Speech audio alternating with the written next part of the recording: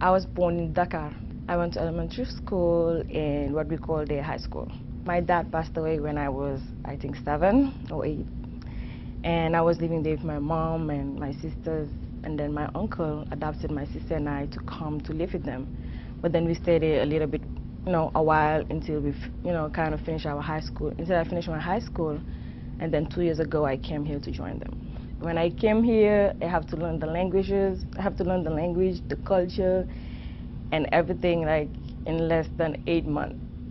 Because I came here 2 weeks later, they threw me into high school. I didn't know what they were talking about.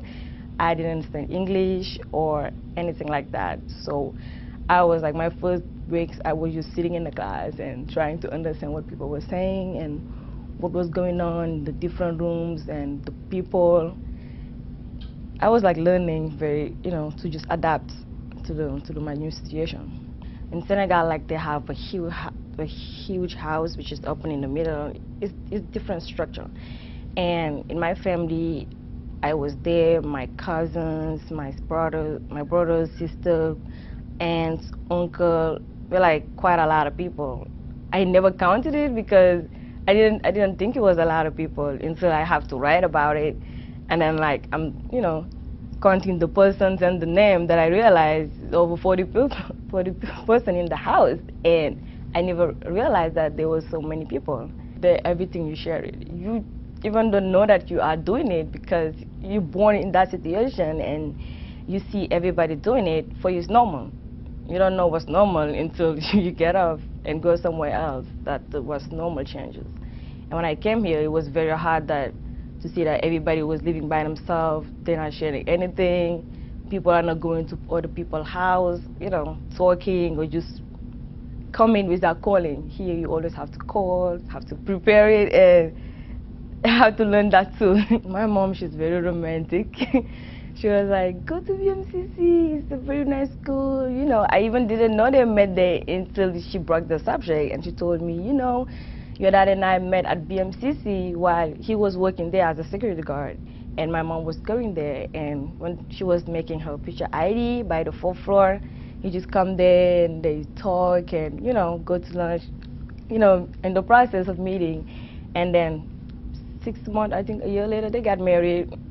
And 13 years later, we're here. So she's really like BMCC, and she really remember BMCC as a wonderful place and everything. So she's always telling me to go there, and she's the one that prepared all the papers, my application, everything for me to come here, and I'm really thankful. I didn't know a lot about the Out-and-Two. On my first semester, my dad just told me, take a lot of credit since you just started, start high. So if the classes are too much, you still can drop some. I was like, okay, let me try it. And on my first semester, I took 5 classes, which was 16 credit. And then I passed all of them with really good grades. And by my next semester, they sent me a letter telling me that's how I found out about the Out-and-Two scholarship. And they were saying that if you take 15 credits on your freshman year, over 15 credits on your freshman year, you have the opportunity to, have a scholarship in a condition that you have to graduate within 4 semesters, just 2 years. The benefits I get as a Out-and-Two scholar is that you really get to have the earliest advisement. Like you can get it like a month after the beginning of the semester. You can go, you can get advice, and you get to register early and have all the classes that you want. You have help anytime you have a question. You can go, and there's always somebody there to answer your question. You don't have to run around and go into different offices for you to have your question answered.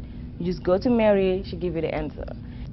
As in BMCC, I'm going to graduate as a liberal art, and then when I want to go to my senior college and then focus on the science. Before I came here, I wanted to be a doctor because in Africa, my country, I see that a lot of people just die or get sick, just die like that because they don't have the medical assistance that's required for them. There's not a lot of doctors there, and a lot of time I see family members just get sick one day, the second you die because there's no prevention, there's nobody to help you when you're sick. Where I come from is really hard.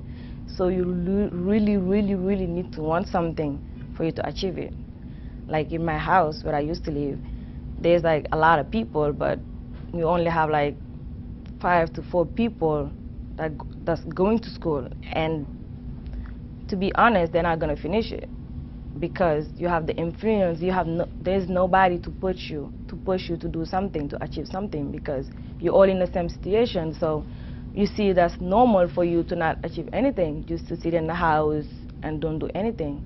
The only person that achieved something and went to college was my uncle, who I'm calling my dad. He's the only one who really tried to get up from there, and he's the only one to support the family. I think I have all the help that I need to be somebody.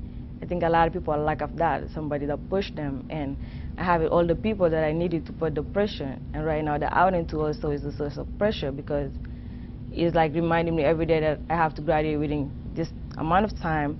I have to take a lot of classes, and I have to stay on top of my classes because I can't afford to lose my scholarship or my grades. So I have the pressure and the help that I need to move on every day.